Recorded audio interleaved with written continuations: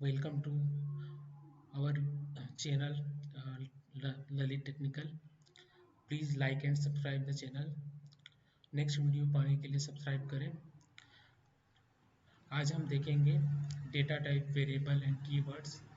Today we can learn those keywords data type variable and keywords. Data types. A data type in C# define the kind of data a variable can hold, how much memory it use and what operation can be performed on it.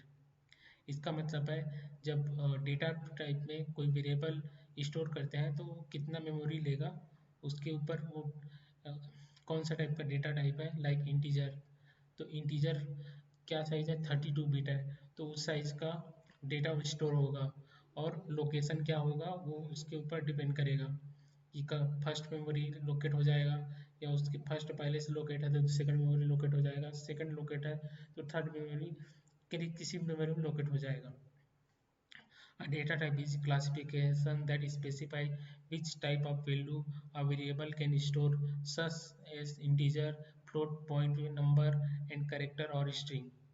मतलब variable कोई भी हो सकता है, data type के ऊपर depend करेगा। Integer है तो इंटीजर, फ्लोट है तो फ्लोट, डेसिमल है तो डेसिमल, स्ट्रिंग है तो स्ट्रिंग, तो उस टाइप का डेटा स्टोर होगा। Purpose of data types, memory allocation. Memory allocation जैसे असाइन करते हैं A=10 तो वो मेमोरी एलोकेट हो जाता है, वो स्पेसिफिक लोकेशन में चले जाता है। तो determine how much space is needed. Type set ensure only valid operation are allowed. Valid operation ही मतलब जैसे इंट के लिए 10 है और इंट के लिए करेक्टर नहीं रख सकते, जैसे स्ट्रिंग वैल्यू नहीं रख सकते इंट में, वही हद का टाइप से। ठीक है। Code clarity makes the code easier to understand and maintain. मतलब कोई भी फॉल्स कोड नहीं कर सकते, मतलब सी साहब जो है रन टाइम एरर दे देगा, जैसे ही आप लिखेंगे तुरंत एरर दे देगा, इसलिए मैनेज कोड होता है। Performance optimization help choose efficient storage and processing. जैसे प्रोग्राम रन होता है तो स्पेसिफिक जो वेरिएबल रहता है वो डेटा स्टोर करता है और प्रोसेस करके उसको रिलीज कर देता है, तो उसी को परफॉर्मेंस ऑप्टिमाइजेशन कहते हैं। डेटा टाइप्स, इसमें डेटा टाइप साइज और रेंज है। तो जैसे बाइट के लिए 8 बिट है और उसका रेंज है 0 to 255। एस बाइट का 8 बिट है, -122 +127। शॉर्ट है 16 बिट, -32,276 टू 32,277। यू शॉर्ट है 16 बिट, 0 to 65,853। इंट है 32 बिट, उसका रेंज ये है -225 टू 147। यू इंट है 32 बिट, 0 to 4 294 967 295। लॉन्ग है 64 बिट, -9 to 3 7 2 0 3 6 2 9223। यू लॉन्ग है 64 बिट, 0 to 18466 और लास्ट है 615। फ्लोट है 32 बिट, इसमें 1.5 से 34E38 है, 7 डिजिट प्रिसिशन है। डबल है 64 बिट, 5.0 से 1.7E तक। डेसिमल 128 बिट है, सबसे ज़्यादा 110E है। Next slide. एग्जाम्पल, अब डेटा टाइप जैसे इंट में कौन सा डेटा, होल नंबर आ जाएगा, कोई भी नंबर स्टोर कर सकते हैं। जैसे इंट एज इक्वल 25 या int age years equal 2025, anything store कर सकते हैं। फ्लोट में डेसिमल नंबर कैसा, 3.14 3.414 4.5 4.6 ऐसे वैल्यूज स्टोर होगा फ्लोट में। डबल में डेसिमल नंबर हाई प्रिसिप्शन 99.999, डबल में ये वैल्यूज होगा। देखो डबल प्राइस 99.999। और डेसिमल में मनी, मतलब मनी जैसे सैलरी हो गया कि 54,000 समथिंग सैलरी है तो वो स्टोर होगा। हाई प्रिस्क्रिप्शन वैल्यूज स्टोर होगा। केयर में सिंगल स्ट्रिंग रहेगा, सिंगल करेक्टर, जैसे char grade equal A, only one character char grade. String में जैसे वर्ड्स वर्ड्स जैसे हेलो, हेलो वर्ड हो गया, वो सिंगल वर्ड में भी स्टोर कर सकते हैं, मल्टीपल वर्ड भी स्टोर कर सकते हैं। स्ट्रिंग नेम इक्वल जॉन, तो ये सिंगल नेम हो गया, ये स्टोर कर सकते हैं स्ट्रिंग डबल कोट के अंदर। बुल है, बुलियन वैल्यू ट्रू और फॉल्स स्टोर होगा, जैसे bull is active equal true है, इसको फॉल्स भी कर सकते हैं। बाइट स्मॉल पॉजिटिव इंटीजर मतलब 255, बाइट मैक्स बाइट इज 255, ये स्टोर होगा। लॉन्ग के लिए लार्ज होल नंबर्स, कितना बड़ा नंबर भी स्टोर हो जाएगा। लॉन्ग पर्सन में 1000 लाख तक का नंबर स्टोर हो जाएगा, जैसे मोबाइल नंबर हो गया।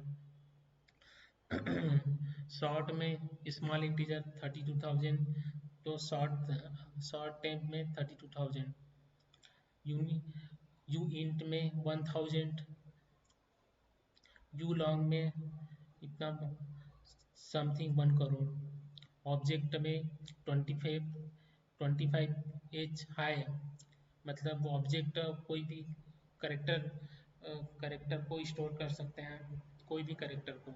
एनी डायनेमिक में एनी टाइप, ट्रू टेक्स्ट हो सकता है, मतलब कोई भी टेक्स्ट बोल सकते हैं, हिस्ट्री वैल्यू कुछ भी स्टोर कर सकते हैं।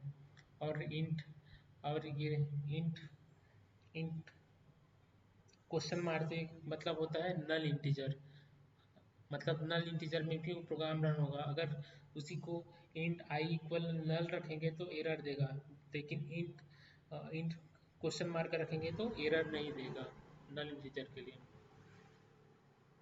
डेटा टाइप्स केयर हो गया, single unicode character. Bool है, बुलियन वैल्यू ट्रू और फॉल्स। इनम है, इनमरेटेड टाइप। स्ट्रक है, custom value type. Null value type integer, ये नल वैल्यू टाइप है, जैसे पता है इंट क्वेश्चन मार्क है तो ये नल वैल्यू स्टोर हो जाएगा।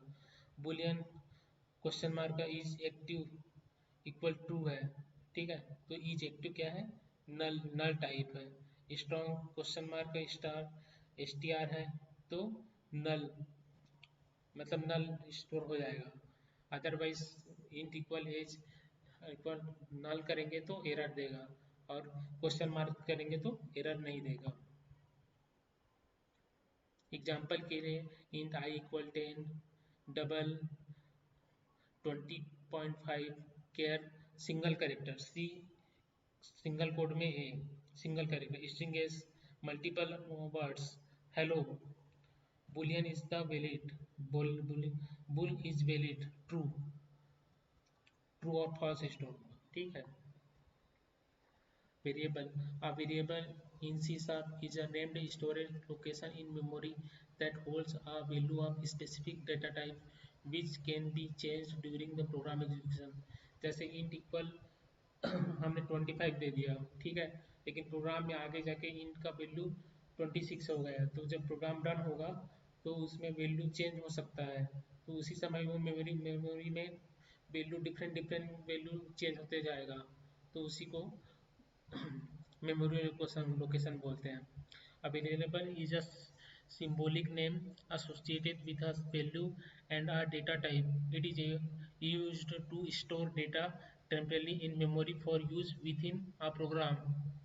इसका मतलब है a variable is a symbolic name, मतलब वेरिएबल कोई भी डेटा टाइप हो गया, उसका कोई भी करेक्टर हो गया, उसको इक्वल करके कोई भी वेरिएबल इक्वल नाम दे दिए, ठीक है, उस नाम के रिलेटेड डाटा स्टोर होगा। वो वो टेम्परेरी रहेगा, मतलब एक बार यूज़ हुआ फिर रिलीज होगा, फिर यूज़ हुआ फिर रिलीज होगा, तो ऐसे डेटा रिलीज होगा, मतलब स्टोर होगा।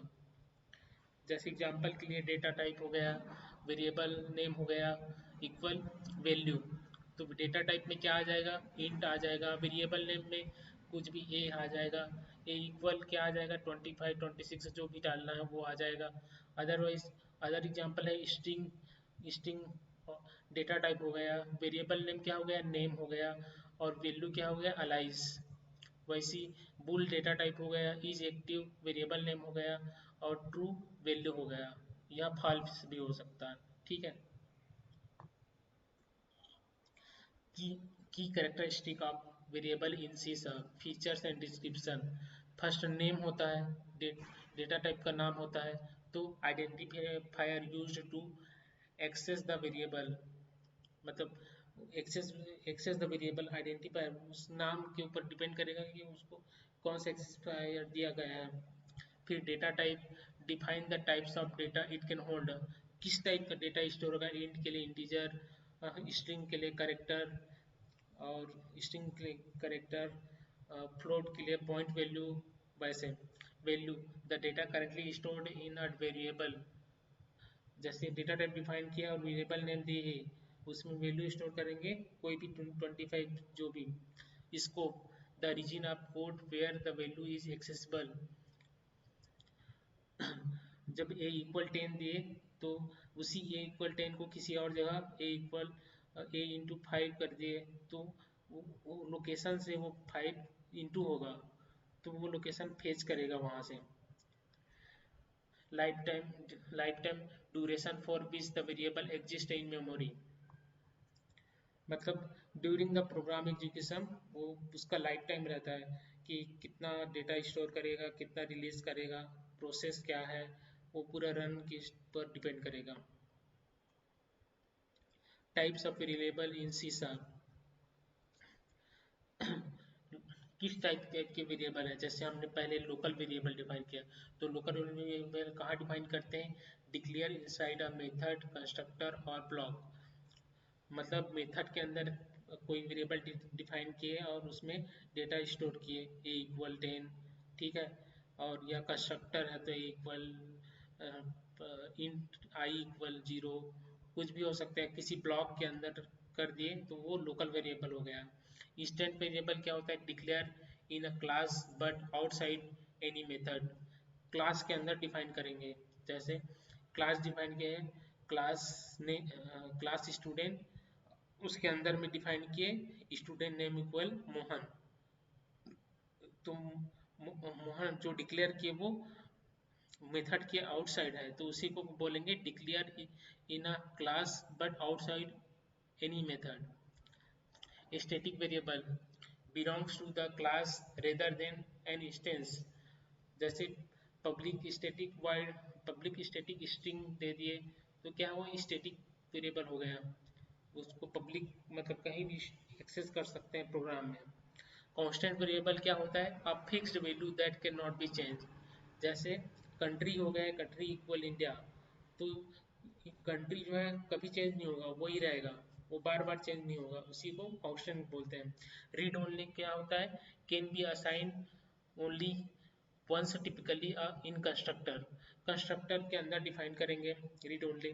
ग्लोबल वाई स्टैटिक करेंगे, simulated using static member in a class, inside the class define करेंगे, जैसे पब्लिक स्टैटिक स्ट्रिंग करके डिफाइन करेंगे तो वो वैल्यू सिमुलेटेड होगा। एक एग्जांपल है, जैसे क्लास डिफाइन किए, जैसे क्लास पर्सन डिफाइन किए और पब्लिक स्ट्रिंग नेम, तो ये क्या है, इंस्टेंट वेरिएबल हो गया, मतलब ये वेरिएबल जैसे के नल वैल्यू है। उसी प्रकार public static int count equal 0, ये क्या हुआ, स्टैटिक वेरिएबल हो गया, मतलब ये बाद में चेंज हो जाएगा, काउंट बढ़ते जाएगा। Public count string country, const country, ठीक है, तो ये कांस्टेंट वेरिएबल हो गया, ये कभी चेंज नहीं होगा, ये हमेशा कांस्टेंट रहेगा। Pub public read only int ID, ये नल नल वैल्यू हो गया, ये रीड ओनली वेरिएबल, ये रीड ओनली हो गया। Public person ID int ID, this dot ID, ये कंस्ट्रक्टर है पब्लिक पर्सन, क्योंकि सेम नेम, जब क्लास के सेम नेम से बनाते हैं कंस्ट्रक्टर, क्लास मेथड बनाते हैं तो वो कंस्ट्रक्टर कहलाता है। This dot I D equal I D. उसके बाद दूसरा method public void show, int age int int क्या हो गया, डेटा टाइप हो गया, एज वेरिएबल नेम हो गया, 30 ही वैल्यू हो गया, ठीक है। तो ये लोकल वेरिएबल हो गया, किसके अंदर है, ये मेथड के अंदर है। मेथड क्या है, पब्लिक वॉइड शो, शो एक मेथड है, शो के अंदर ये लोकल वेरिएबल हो गया। और कंसोल डॉट राइट लाइन में इसको प्रिंट कर दिए तो प्रिंट आउट स्क्रीन में क्या आएगा, 30 keywords. A keyword is a reserved word in C# that has to predefined meaning in the language syntax. These words cannot be used as identifiers like variable or class names because they are part of the language. Keywords जो है dot net में already define है बहुत सारे, जैसे this keyword है, new keyword है, using keyword है। ये सारे कीवर्ड डॉट नेट में प्री डिफाइन है। सी सा आपके मतलब डॉट नेट ने डिफाइन किया है तो सी साप में हो गया, एफ साप में हो गया, वो सभी में कॉमन है। एस पी डॉट नेट में वो सब जो डेटा टाइप है वो यूज कर सकते हैं। तो वही डेटा टाइप्स हम आगे देखते हैं क्या क्या है डेटा टाइप्स। जैसे कीवर्ड डेफिनेशन, इंट एक डेटा टाइप है, एक प्री डिफाइंड कीवर्ड है, ठीक है। मतलब इंट एक ऐसा कीवर्ड है जिसमें कौन सा डेटा, कैसा डेटा स्टोर होगा, किस टाइप का डेटा स्टोर होगा, क्या क्या परमिशन है, क्या क्या प्रोसेस कर सकते हैं इंट में, वो सब इंट के अंदर होता है। तो ये प्री डिफाइंड कीवर्ड्स है। Declare a variable of integer types. फिर फ्लोट हो गया, फ्लोट भी एक कीवर्ड्स है जो एक डिफाइन है, मतलब फ्रेमवर्क में डिफाइन है कि फ्लोट में क्या डेटा भी स्टोर कर सकते हैं। 3.5 एफ वैल्यू स्टोर कर सकते हैं, ठीक है। वैसे ही डबल में declare a variable with double precision, double value मतलब सिंगल करेक्टर में डबल 3.14 ऐसे कुछ वैल्यू स्टोर कर सकते हैं, वो उसका डिफाइन है। केयर है उसका डेफिनेशन है, उसमें सिंगल वैल्यू सिंगल कोड के अंदर एक वैल्यू स्टोर करेंगे। स्ट्रिंग करेक्टर जैसे हेलो हो गया, string S T are equal hello, तो वो डेफिनेशन डिफाइन है, मतलब इसमें क्या प्रोसेस कर सकते हैं स्ट्रिंग का, क्या क्या प्रोसेस कर सकते हैं स्ट्रिंग को लेकर, वो रहेगा। बुलियन में क्या डेटा स्टोर होगा ये भी डिफाइन है। डेसिमल में क्या डेटा स्टोर होगा ये भी डिफाइन है।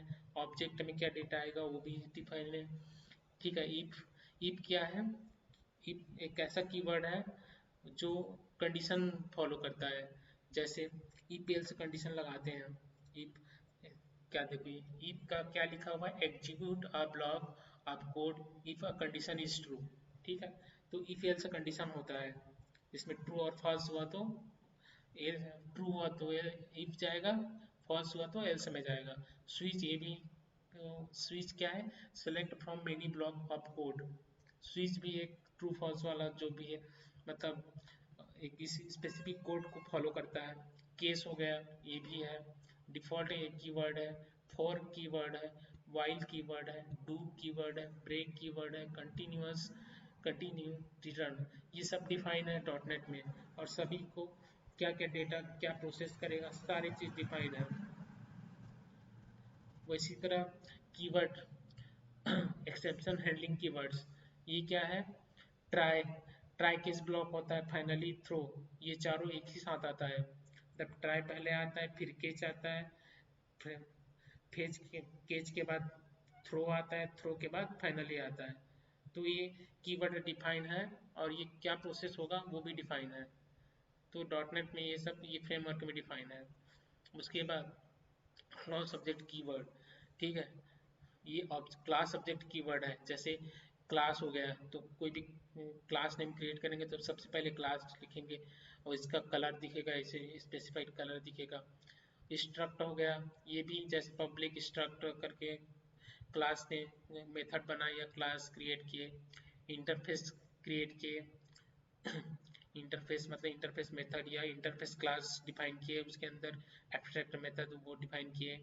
न्यू कीवर्ड मतलब कोई ऑब्जेक्ट क्रिएट किया उसको न्यू ऑब्जेक्ट में क्रिएट किए। दिस कीवर्ड मतलब स्पेसिफिक वैल्यू को असाइन करना। बेस हो गया, ये भी कीवर्ड है। नेम स्पेस ये भी कीवर्ड है। की पब्लिक, पब्लिक प्राइवेट प्रोटेक्टेड, ये एक्सेस है। एक्सेस जो जैसे पब्लिक के लिए पूरा होल जहाँ भी क्रिएट करेंगे पूरा इंटायर प्रोजेक्ट में यू एक कहीं भी एक्सेस कर सकते हैं पब्लिक किए तो, ठीक है।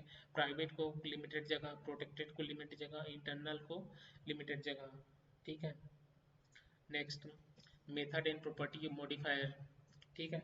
अब मॉडिफायर जैसे पब्लिक वाइड मेन हो गया, पब्लिक स्टैटिक वाइड मेन हो गया, ठीक है।